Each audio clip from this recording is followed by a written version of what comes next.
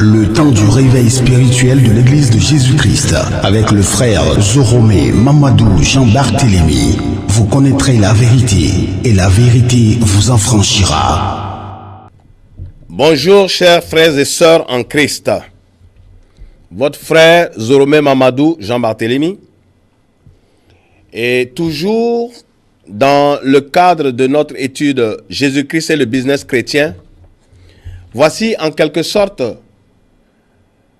toujours dans le même sens, concernant les dîmes et les offrandes, un message que nous intitulons « 20 raisons qui justifient que les dîmes et les offrandes ne concernent pas les chrétiens ». Je reprends, 20 raisons qui justifient que les dîmes et les offrandes ne concernent pas les chrétiens. Presque toute la chrétienté sur la terre, et singulièrement en Afrique, pratique la doctrine des dîmes et des offrandes que l'on prétend devoir permettre de s'occuper des églises et nourrir des pasteurs. Doctrine que de nombreuses églises adossent non sur les enseignements de Jésus-Christ et des apôtres, mais plutôt sur les prophéties du prophète Malachie de l'Ancien Testament. Cette doctrine est-elle vraie au regard de la parole de Dieu, au regard des enseignements de Jésus, au regard de son évangile? Selon la Bible, cette doctrine est antéchrist, car elle contredit les enseignements et la vie de Jésus, et elle est inspirée par celui qui est venu dans le monde avant Jésus-Christ dans le jardin d'Éden. S'il s'était caché derrière le serpent, bel et rusé animal, pour séduire et tromper Ève et Adam, afin d'introduire la mort dans le monde, aujourd'hui, dans ce même monde, force est de reconnaître que Satan se cache derrière l'argent pour conduire les enfants de Dieu à la même perdition, c'est-à-dire à la même mort. La pratique des dîmes et des offrandes empêchera qui que ce soit d'entrer dans le royaume du Père. Le diable connaît bien la parole. Il n'y obéit pas et il se donne comme objectif d'entraîner les enfants de Dieu dans la même désobéissance que lui. Il fait tout pour qu'il soit antéchrist, pour que les enfants de Dieu soient antéchrist, c'est-à-dire opposés à Christ qui est la parole, comme lui-même il est opposé à la parole. Il sait que les dîmes et les offrandes font partie des ordonnances de la loi. Il sait que par Jésus-Christ, Dieu avait mis fin à ces ordonnances données aux enfants d'Israël et que le nouveau peuple, les enfants de Dieu, ont reçu par Jésus-Christ une autre ordonnance d'adoration. Chose qu'il s'évertue à cacher aux enfants de Dieu. Premièrement, à ceux qui sont des conducteurs, il insuffle en eux l'amour de l'argent pour voiler leur cœur et leurs yeux spirituels. Et deuxièmement, il fait que les autres, c'est-à-dire les chrétiens en général, ne lisent et ne méditent pas la Bible pour comprendre ce que Jésus-Christ avait enseigné. Il s'évertue à faire que les chrétiens ne regardent pas le modèle des apôtres, mais qu'ils soient instruits de la fausse doctrine de pasteurs et autres qu'il a vaincu en leur insufflant l'amour de l'argent et des plaisirs. Aussi, par la volonté du Saint-Esprit, nous communiquons à tous nos frères et à toutes nos sœurs des raisons qui leur feront comprendre que cette doctrine des dîmes et des offrandes est une supercherie. Voici 20 raisons, parmi tant d'autres certainement, contenues dans la Bible, que l'Esprit nous a fait répertorier, justifiant que la dîme et les offrandes ne concernent pas l'Église de Jésus-Christ. Ceux qui méditeront la Bible à partir de cet avertissement en retrouveront certainement d'autres, je vais dire d'autres raisons. Mais ici, voici 20 raisons que nous avons répertoriées. La première raison, il n'y a aucun verset dans la Bible où Jésus et les apôtres avaient payé ou reçu des dîmes et des offrandes. Jésus avait déclaré, cependant, « Je suis le chemin, la vérité et la vie, nul ne vient au Père que par moi. » Jean 14, verset 6. N'est-ce pas pour dire qu'il n'y a nulle autre manière d'être sauvé si ce n'est en pratiquant ce que Jésus-Christ avait dit et fait? Or, il n'a ni payé, ni perçu des dîmes, ni reçu des offrandes. N'est-ce pas pour dire qu'il n'y a nulle autre manière d'atteindre Dieu que par le modèle de Jésus? Deuxième raison. La Bible nous révèle que Jésus avait mis fin aux ordonnances de la loi par le don de sa personne à la croix. Il est écrit que le Seigneur Jésus-Christ avait été anéanti par sa chair, c'est-à-dire par l'œuvre de la croix, la loi des ordonnances dans ses prescriptions. Or, les dîmes et les offrandes d'aliments divers, le sabbat, les holocaustes, faisaient partie des ordonnances de la loi concernant l'adoration. Éphésiens chapitre 2, verset 15, Hébreux chapitre 7, verset 18. Dieu avait mis fin à l'ancienne alliance, à ses ordonnances et à l'ancienne manière de l'adorer par la croix de Jésus. Hébreux chapitre 8, verset 7, Hébreux chapitre 9, verset 1. Il avait changé par Jésus-Christ le réformateur l'ancienne manière de l'adorer par des sacrifices, des offrandes diverses, des dîmes, le sabbat et la Pâque. Hébreux chapitre 9, verset 9 à 10. Maintenant, il ne réclame qu'une adoration en esprit et en vérité et non avec des sacrifices, des holocaustes, des prémices, des dîmes ou des offrandes. Il nous veut adorateurs par le don de notre corps sans péché, à l'image de Jésus-Christ qui lui avait offert le sien de la même façon. Romains chapitre 12, verset 1, Jean chapitre 4, verset 23 à 24. Troisième raison, aucun pasteur actuel de la terre n'est lévite, comme certains d'entre eux le prétendent pour exiger le paiement des dîmes à leurs frères. Les Lévites étaient les enfants de Lévi, troisième fils de Jacob. Les Lévites avaient été choisis par Dieu lui-même pour être à son service. Nombre chapitre 18, verset 2. Or, tous ceux qui se disent aujourd'hui serviteurs de Dieu l'ont décidé par eux-mêmes.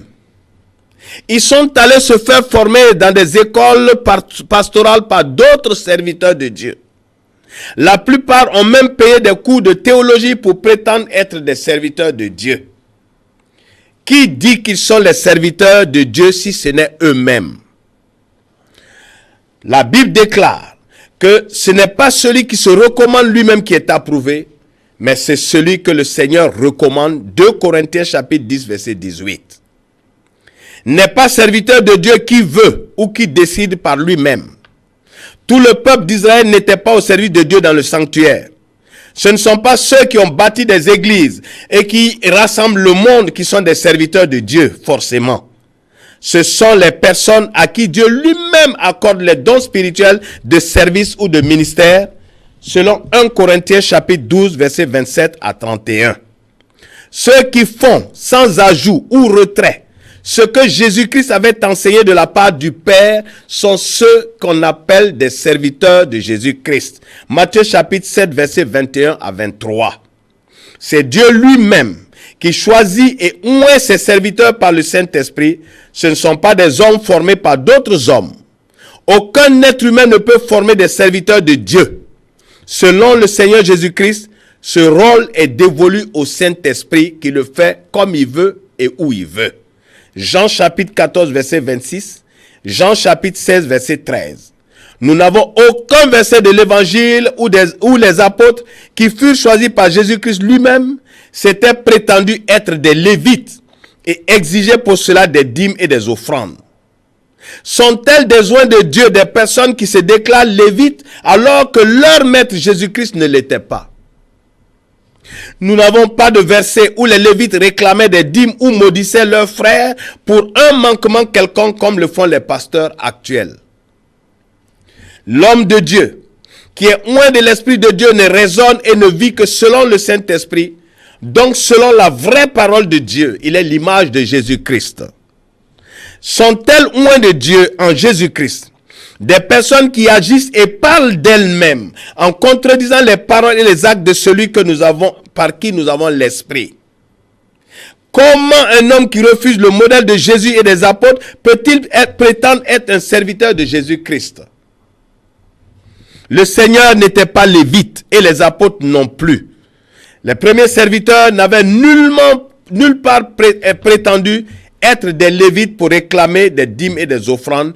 Nul n'est lévite par Jésus-Christ. Quatrième raison. Le Seigneur Jésus-Christ ne pouvait pas manger la dîme lévitique. Le Seigneur Jésus-Christ ne pouvait pas manger des parts de dîmes réservées selon l'Éternel aux enfants de Lévi, car il était de la tribu de Juda, laquelle n'avait pas été désignée pour servir dans le sanctuaire terrestre. Hébreux chapitre 7, verset 13 à 14.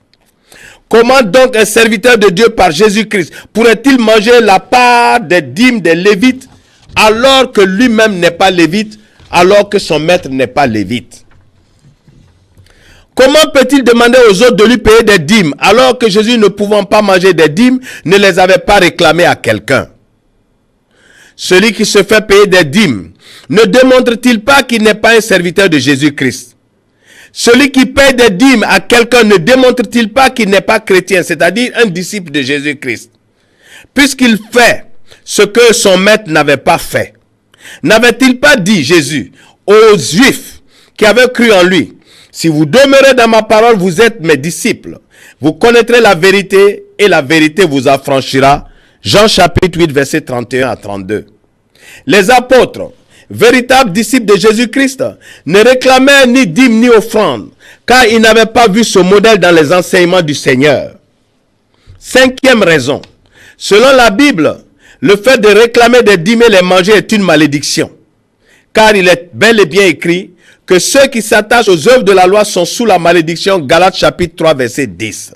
Les œuvres de la loi ne sont-elles pas toutes ces ordonnances d'adoration que Dieu avait imposées par Israël par Moïse, telles que les différentes fêtes et cérémonies, les offrandes, les sacrifices, les holocaustes, le sabbat, les dîmes, les prémices et autres moissons. Toutes ces choses par lesquelles Israël devait être justifié. Or, il est bel et bien écrit, selon les épîtres aux chrétiens de Galatie, que ceux qui s'attachent encore à ces choses, alors qu'ils croient être en Jésus, sont sous la malédiction. Comment donc celui qui continue de pratiquer ces choses qui le ramènent sous la malédiction sera-t-il sauvé? La Bible déclare que nous sommes tous fils de Dieu, justifiés par la foi en Christ et non par les œuvres de la loi. Nous tous qui avons été baptisés en Christ, nous avons revêtu Christ. Galates chapitre 3, verset 26. Tous ceux qui cherchent la justification par les œuvres de la loi se déclarent maudits eux-mêmes. Comme il est écrit, que nul ne soit justifié par la loi. Galates chapitre 3, verset 10 à 11. Romains chapitre 3, verset 20. Tous ceux qui pratiquent un autre évangile que celui de Jésus-Christ refusent la grâce qu'il a emmenée, retournent dans la malédiction de la loi en pratiquant ces choses réclamées par Dieu sous la loi. Dans le livre des épîtres aux chrétiens de la Galatie, il est dit qu'il n'y a pas deux évangiles, il n'y en a qu'un seul que Jésus-Christ avait transmis aux apôtres afin qu'ils le répandent dans le monde. Matthieu chapitre 28, verset 19 à 20, Marc chapitre 16, verset 15. Pour cette raison, la Bible révèle que toute personne qui enseigne ou prêche quelque autre manière de servir Dieu que selon Jésus-Christ et les apôtres est une personne maudite. Galates chapitre 1, verset 8. Or, nous ne voyons nulle part des enseignements de Jésus-Christ sur les dîmes et les offrandes. Nous ne voyons nulle part dans les évangiles que les apôtres pratiquaient des dîmes et des offrandes. Aussi, tout homme qui enseigne les dîmes et les offrandes et qui les perçoive, de même que les chrétiens qui les pratiquent en les payant à ces hommes, se livrent à la malédiction et risquent d'être rejetés au jour du Seigneur s'ils ne se repentent pas pendant qu'ils sont encore vivants. Sixième raison. Il n'y a nulle part dans toute la Bible, Ancien et Nouveau Testament, un verset où Dieu demanda à qui que ce soit de payer une dîme à quelqu'un. Ce verset n'existe nulle part dans toute la Bible. Par ailleurs, notons que la périodicité de la pratique des dîmes était annuelle. C'est seulement en fin d'année que le peuple devait prélever ses dîmes et venir les manger devant l'Éternel. Deutéronome chapitre 14, verset 22. Alors que les pasteurs actuels demandent même des dîmes hebdomadaires, peut-être même journalières. Septième raison. Dieu ne demandait pas des dîmes aux pauvres de la société comme le font les pasteurs actuels. C'est bien aux Israélites qui avaient été bénis dans leurs champs, dans leurs troupeaux, que l'Éternel demandait de prélever les dîmes et de venir à la fin de l'année, les manger dans sa maison, en signe de reconnaissance et de repentance par rapport à leur père, qui avait attribué dans le désert leur délivrance à une statuette en or représentant un veau.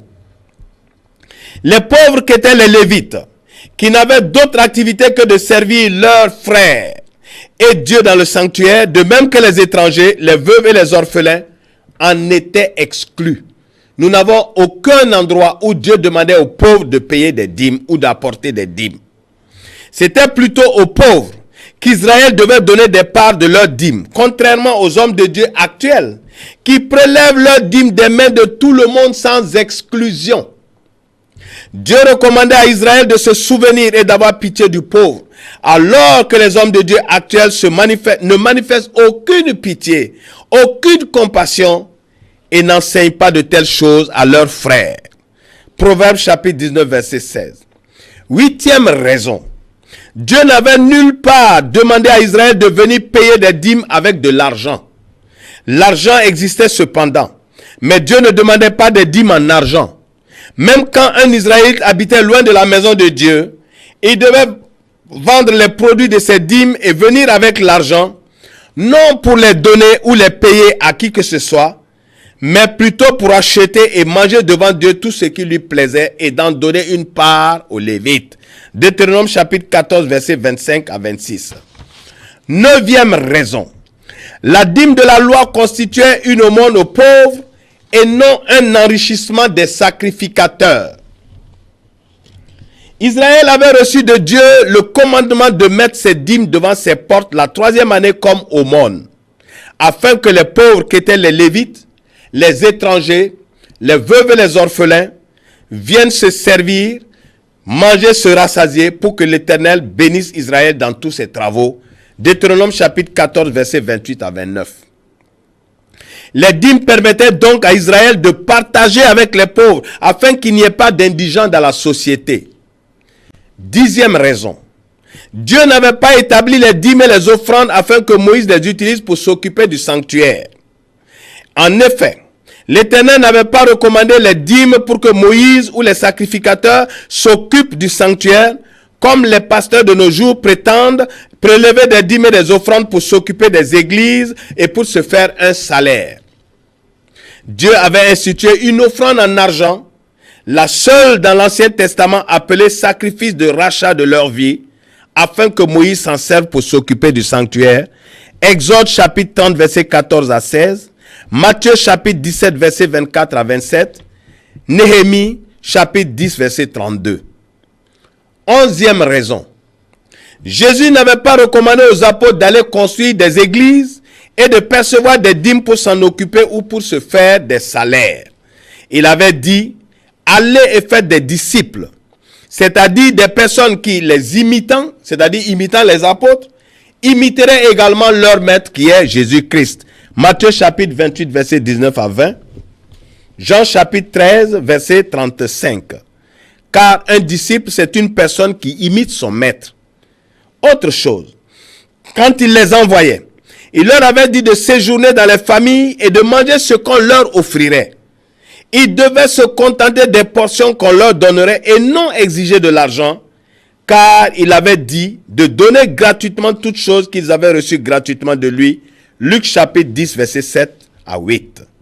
De nos jours, cette injonction de Jésus pour que les apôtres soient nourris dans les maisons où on leur donnerait des portions est interprétée faussement par des pasteurs pour prétendre que les chrétiens doivent leur payer des dîmes et des offrandes comme salaire dans leur temple. Est-ce que Jésus avait dit aux apôtres de réclamer des paiements par des dîmes et des offrandes?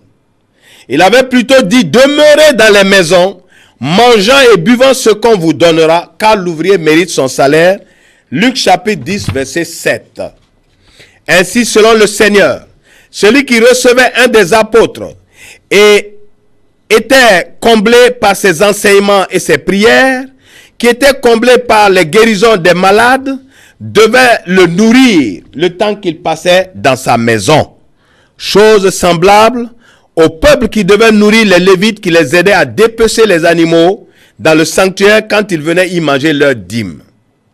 Jésus encourageait, félicitait et promettait des bénédictions à ceux qui nourriraient ses envoyés sur la terre. Matthieu chapitre 10, verset 42. Par ailleurs, le Seigneur n'en avait pas fait une obligation, mais voulait que ce soit de la part de l'hôte, celui qui les recevait et bénéficiait de leurs services et enseignements, un acte de reconnaissance et d'hospitalité. Luc chapitre 10, verset 10. Matthieu chapitre 10, verset 12 à 13. Nous voyons que le Seigneur ne recommandait pas aux apôtres de réclamer des salaires, des dîmes ou des offrandes. C'est la même chose que l'apôtre Paul reprend dans ses enseignements à l'attention des chrétiens dans les assemblées. Galates chapitre 6, verset 6, que celui à qui l'on enseigne fasse part de tous ses biens à celui qui l'enseigne. En effet, ni Jésus ni les apôtres n'avaient bâti des temples et réclamé des dîmes et des offrandes pour s'en occuper ou pour se faire payer. C'est ce modèle que les apôtres ont montré dans la Bible. Ils allaient de maison en maison, où rassemblaient les chrétiens comme le Seigneur avait enseigné dans des maisons précises. Actes chapitre 2, verset 44. Ce n'est certes pas un péché que de se rassembler en un lieu. Le problème, c'est qu'un homme, voulant se créer en réalité une entreprise, ment aux chrétiens qu'ils doivent construire un temple comme Salomon pour que Dieu les bénisse. C'est un mensonge. Dieu bénira certes un frère ou une sœur qui offrira par hospitalité sa maison ou un lieu pour que les frères se rassemblent, car Dieu est sensible à l'hospitalité. Hébreux chapitre 13, verset 2. Mais il ne nous est recommandé nulle part dans la Bible que des chrétiens doivent se tuer pour construire une maison à Dieu. Quelle maison? La maison de Dieu que Dieu demande dorénavant à un chrétien de bâtir, c'est de prêcher la bonne nouvelle pour que des temples se bâtissent dans les cœurs de leurs prochains. Car c'est l'homme qui est le temple de Dieu depuis que le Saint-Esprit est répandu par l'œuvre de Jésus-Christ à la croix. Les constructions de temples ou églises sont une imitation de l'église catholique certainement par les premiers protestants depuis le XVIe siècle et ensuite par les chrétiens évangéliques d'Afrique et non des apôtres. Eux, ils avaient compris selon le Seigneur Jésus que c'est le corps de l'homme qui est le temple de Dieu. 1 Corinthiens chapitre 3 verset 16 à 17. 12e raison. Le Seigneur avait maudit les juifs pharisiens payeurs de la même dîme que pratiquent les pasteurs chrétiens de nos jours. Le Seigneur Jésus avait maudit les juifs, pharisiens et scribes, les traitant même d'hypocrites, car quoique connaissant l'esprit des dîmes depuis Moïse, ils en avaient déformé la pratique, ils en avaient fait un impôt qu'ils obligeaient le peuple à payer, comme les pasteurs de nos jours, alors que Dieu n'avait pas dit une telle chose à Moïse. Matthieu chapitre 23, verset 33. Verset 23. Moïse avait dit de venir manger les dîmes dans la maison de Dieu et de donner une part aux Lévites qui servaient Dieu. Il avait dit de déposer leurs dîmes la 3e année devant leur porte comme aumône à l'attention des pauvres. Moïse n'avait pas parlé d'un quelconque paiement. La dîme que ces pharisiens faisaient pratiquer du temps de Jésus était une doctrine inventée par eux. C'est pourquoi Jésus les traitait d'hypocrites. Et je ne pense pas que le Seigneur nous encourage à faire comme ces hypocrites. 13e raison. La pratique des dîmes et des offrandes empêchera quiconque d'entrer dans le royaume de Dieu. Ceux qui paient des dîmes et font des offrandes prétendent que Dieu les bénira et ou les protégera, sortent des bénédictions de Dieu dans la grâce du salut.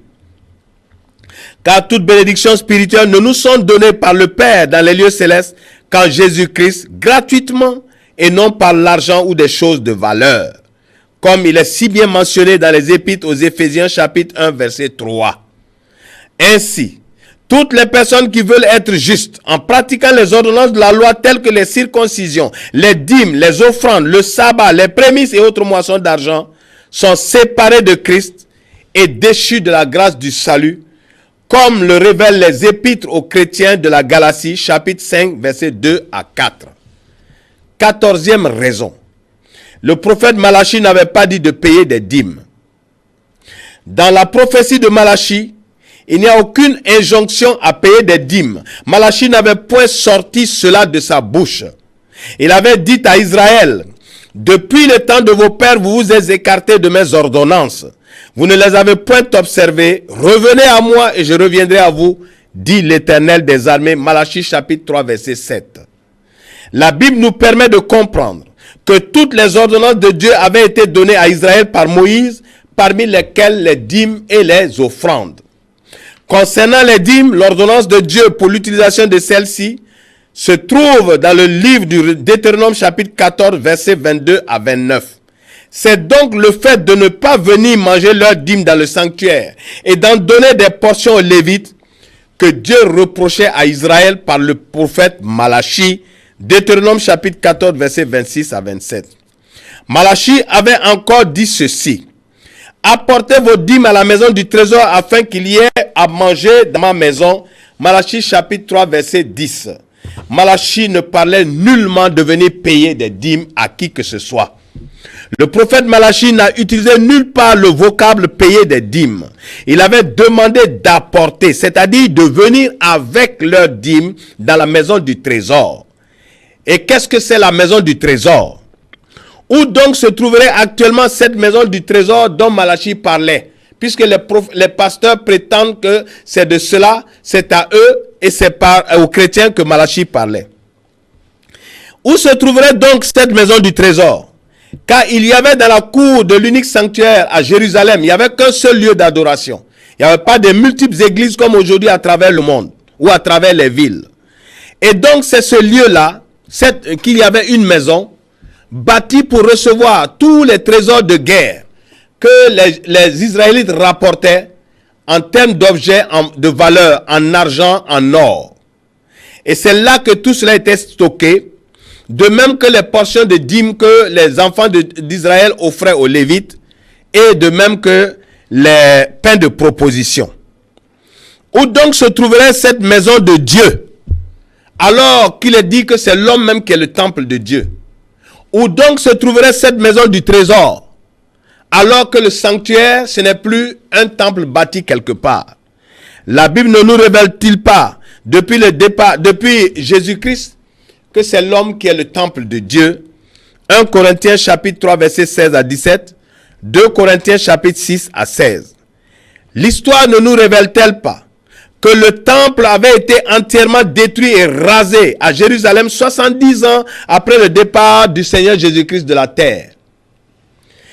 L'histoire ne nous rappelle-t-elle pas que le peuple d'Israël a été dispersé dans le monde afin de mettre fin au peuple de l'ancienne alliance pour que apparaisse et soit vu l'Église, le peuple de la nouvelle alliance?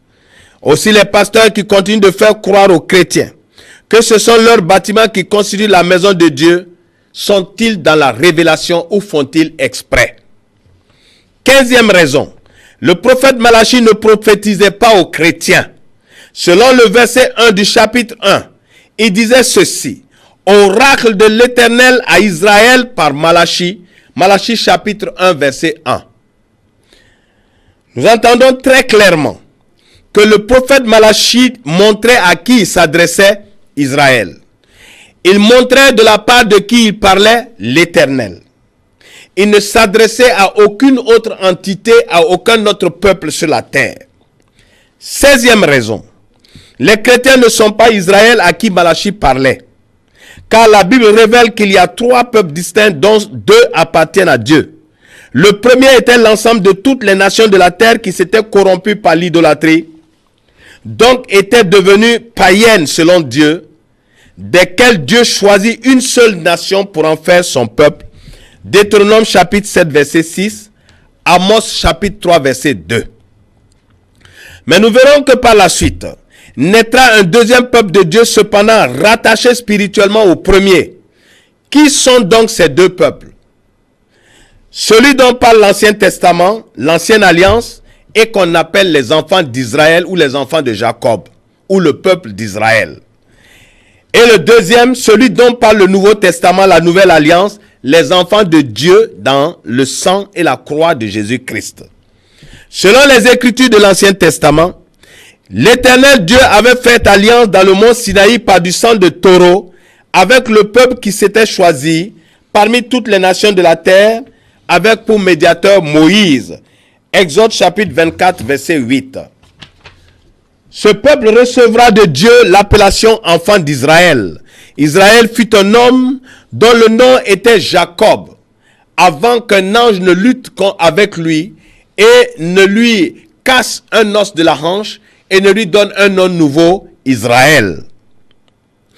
Genèse chapitre 32 verset 24 à 28. Cet homme eut 12 enfants. Ce sont ceux-ci, c'est-à-dire les 12 enfants et leurs descendants, que la Bible appelle Israël, les enfants d'Israël, le peuple d'Israël ou les armées d'Israël.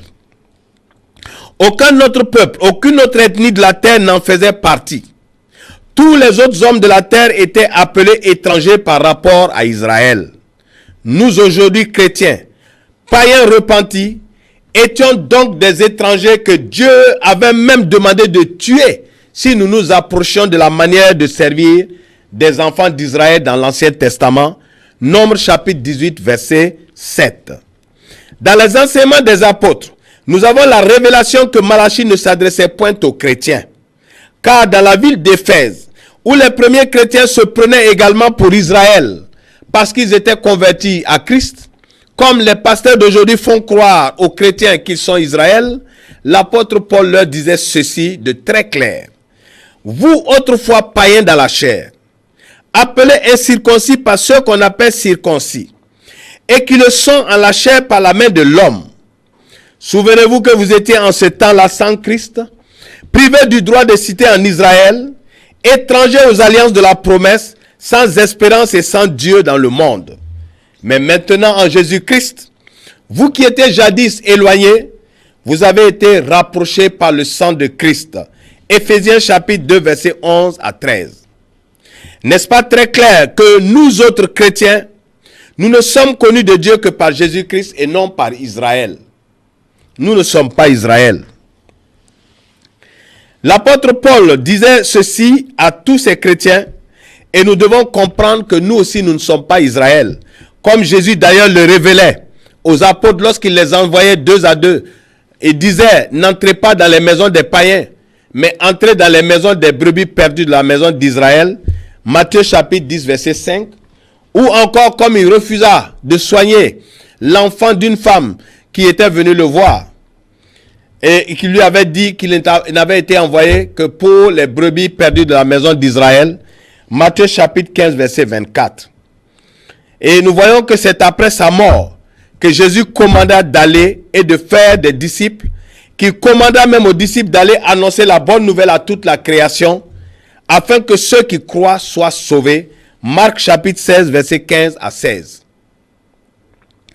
Ainsi, si donc lui-même Jésus en son temps disait que les païens n'étaient pas concernés avant l'offrande de son corps par l'évangile, comment quelqu'un pourrait-il déclarer 800 années avant que Malachie s'adressait à l'église qui n'existait pas encore?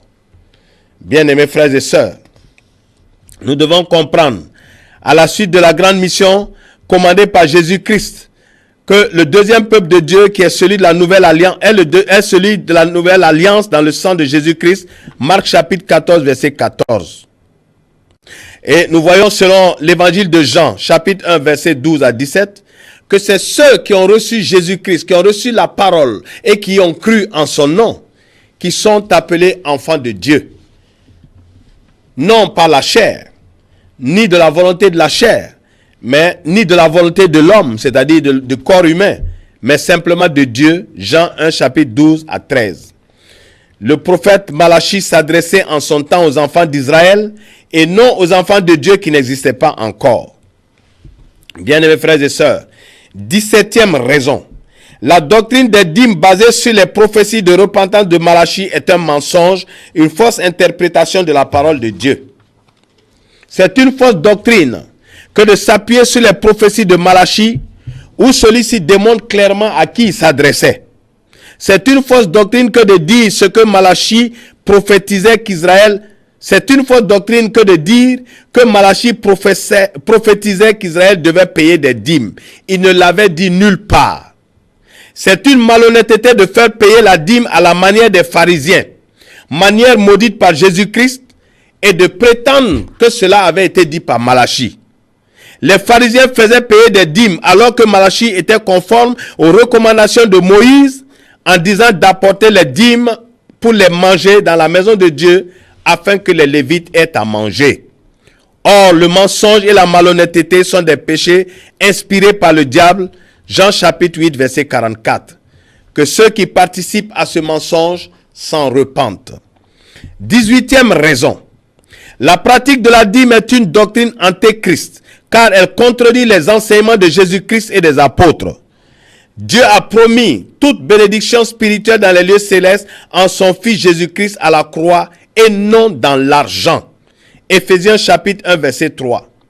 Comment des humains pourrait-il enseigner que quelqu'un sera béni, protégé par Dieu en payant des dîmes et en faisant des offrandes?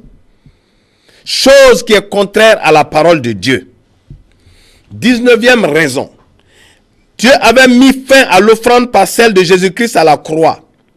Dieu a mis fin aux offrandes d'aliments, aux sacrifices et autres holocaustes par la seule offrande de Jésus à la croix, car toutes les offrandes étaient l'image de celle de Jésus, la seule offrande apte à pardonner les péchés. Hébreux chapitre 10, verset 18. Et la Bible déclare encore que les croyants en Christ ont été sanctifiés une fois pour toutes par l'offrande de son corps. Hébreux chapitre 10, verset 8 à 9. Elle déclare encore, la Bible, que par une seule offrande, Dieu a emmené à la perfection pour toujours ceux qui sont sanctifiés, ceux qui sont mis à part. Hébreux chapitre 10, verset 14. Comment des connaisseurs de la Bible peuvent-ils encore demander des offrandes aux enfants de Dieu de la part de Dieu? Des offrandes à quelle fin? Enfin, la Bible nous révèle que Dieu ne demande plus d'offrandes en argent. Il ne demande plus de nourriture. Il ne demande plus de denrées. La seule chose qu'il demande, c'est nos corps purifiés de tout péché. Romains chapitre 12, verset 1. Bien-aimés frères et sœurs, Dieu ne demande plus d'argent à qui que ce soit, pour qui que ce soit. 20e raison. Pourquoi y a-t-il des bishops, des révérends, des pasteurs qui n'arrivent pas à comprendre que les dîmes et les offrandes sont finis depuis que Jésus-Christ a été crucifié? Pourquoi ne comprennent-ils pas? Pourquoi n'arrivent-ils pas à le comprendre? Ignorent-ils les Écritures? Eux qui disent avoir étudié dans des écoles pastorales ou dans des universités théologiques, ignorent-ils les Écritures? Première raison, ils sont vaincus par l'amour de l'argent, car ils trouvent dans la pratique des dîmes et des offrandes leur gagne-pain et leur confort matériel de vie sans travailler. Or, la Bible déclare que l'amour de l'argent est une racine de tous les maux. Et quelques-uns, en étant possédés, se sont égarés loin de la foi et se sont jetés dans bien des tourments. 1 Timothée chapitre 6, verset 10. Bien-aimés frères et sœurs, ces hommes sont tourmentés par le fait de chercher faussement à se nourrir, en exploitant la parole de Dieu, et s'éloignent de la foi. Ils ferment leurs oreilles volontairement, ils ferment leurs yeux, ils ferment leur cœur à la vraie parole de Dieu et aux enseignements de Jésus-Christ et des apôtres. Sinon, comment eux qui prétendent être les connaisseurs de la Bible ne voient-ils pas que ni Jésus ni les apôtres n'avaient perçu de dîmes et des offrandes et n'avaient pas enseigné à quiconque de les pratiquer? Deuxième raison, c'est notre Seigneur Jésus-Christ lui-même qui nous révèle pourquoi ces hommes ne voient pas la vérité ou pourquoi ils la refusent. Un jour, Jésus avait donné une révélation aux apôtres. Il n'y a pas de plus grand amour que de donner sa vie pour ses amis. Vous êtes mes amis si vous faites ce que je vous commande. Jean chapitre 15, verset 13 à 14. Jésus appellerait-il ou considérerait-il comme ses amis des hommes qui ne font pas ce qu'il commande et qui font des choses qu'ils ont eux-mêmes inventées? Ces personnes, quoi qu'on leur donne le nom de d'hommes de Dieu, sont en réalité ennemis de Jésus. Ils sont en réalité ennemis de l'évangile, car ils contredisent Jésus-Christ et l'évangile. Et le Seigneur avait encore dit aux apôtres: je ne vous appelle plus serviteurs, parce que le serviteur ne sait pas ce que fait son maître. Mais je vous ai appelé amis, parce que je vous ai fait connaître tout ce que j'ai appris de mon Père. Jean chapitre 15, verset 15. En effet, Jésus parlait par parabole, et les Juifs n'arrivaient pas à le comprendre. Mais il expliquait toutefois ses énigmes aux apôtres.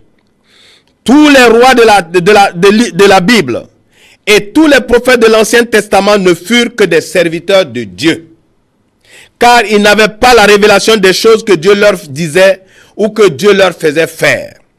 Abraham ne savait pas que son fils unique Isaac, que Dieu lui avait demandé d'aller immoler à la croix pour lui offrir, était l'image de Jésus-Christ qui devait venir à la croix et être crucifié et sacrifié. Genèse chapitre 22, verset 2, Jean 3, verset 16. Moïse aussi était un serviteur. Il n'avait pas la révélation que le serpent d'airain, que Dieu lui avait demandé de dresser au milieu du temple, du camp, afin que les enfants d'Israël mordus par les serpents brûlants regardent et soient guéris. Moïse n'avait pas la révélation, car Dieu ne lui avait pas montré qu'il s'agissait de la crucifixion de Jésus afin que le monde soit sauvé. Nombre chapitre 21, verset 8 à 9. Jean chapitre 3, verset 16 encore. Moïse exécutait sans comprendre, il était un serviteur. Il n'avait pas non plus la révélation que le rocher qui les suivait pendant 40 années dans le désert et qui leur donnait à boire était Jésus-Christ, le Fils de Dieu. Il n'avait pas la révélation, Dieu ne lui avait pas permis de comprendre, à tel point que lorsque Dieu lui avait dit de parler au rocher, il est allé frapper le rocher. 1 Corinthiens chapitre 10, verset 4. Nombre chapitre 20, verset 11. Moïse n'en savait rien. Ésaïe prophétisait sans savoir le sens profond de ce qu'il disait. Il disait la Vierge sera enceinte. Ou encore parlant de Christ, que c'est par ses meurtrissures que nous sommes guéris. Ésaïe chapitre 53, verset 5. Ésaïe était serviteur. Il exécutait, il parlait, il n'avait pas la révélation. Il en fut de même pour le dernier des prophètes, Jean-Baptiste. Jean-Baptiste ne savait pas qu'il prophétisait sa propre mort lorsqu'il disait qu'il fallait que Jésus croisse et que lui diminue. Il n'avait pas la révélation de ce qu'il disait. Bien-aimés frères et sœurs, les choses ne sont-elles pas claires? Quand un homme vous dit qu'il est serviteur de Dieu, c'est Dieu lui-même qui vous permet d'entendre cela de sa propre bouche pour comprendre qu'il n'a pas la révélation des choses que Jésus-Christ avait enseignées. C'est pourquoi, quoique Jésus-Christ n'ait pas fait certaines choses, eux ils le font. Quoique Jésus n'ait pas dit certaines choses, ils le font parce qu'ils n'en ont pas la révélation. Ils ont la lettre, ils ont le logos, mais ils n'ont pas la révélation. Ils n'ont pas le réma. Quoi qu'ils l'enseignent, quoi qu'ils le placent, ils le chantent, ils n'ont pas le réma. Autrement, quelqu'un qui a la révélation ne fait pas des choses que Jésus n'avait pas faites. C'est Dieu lui-même qui ferme leurs yeux afin qu'il en soit ainsi. Donc, bien-aimés frères et sœurs, voici rapidement 20 raisons qui justifient que les dîmes n'avaient pas été données à l'église de Jésus-Christ. Que le Seigneur vous bénisse. Mon contact 00225 07 03 51 54. Mon WhatsApp, c'est toujours le même numéro. Et mon email, c'est mamadouzor@gmail.com. Que Dieu vous bénisse. Hallelujah.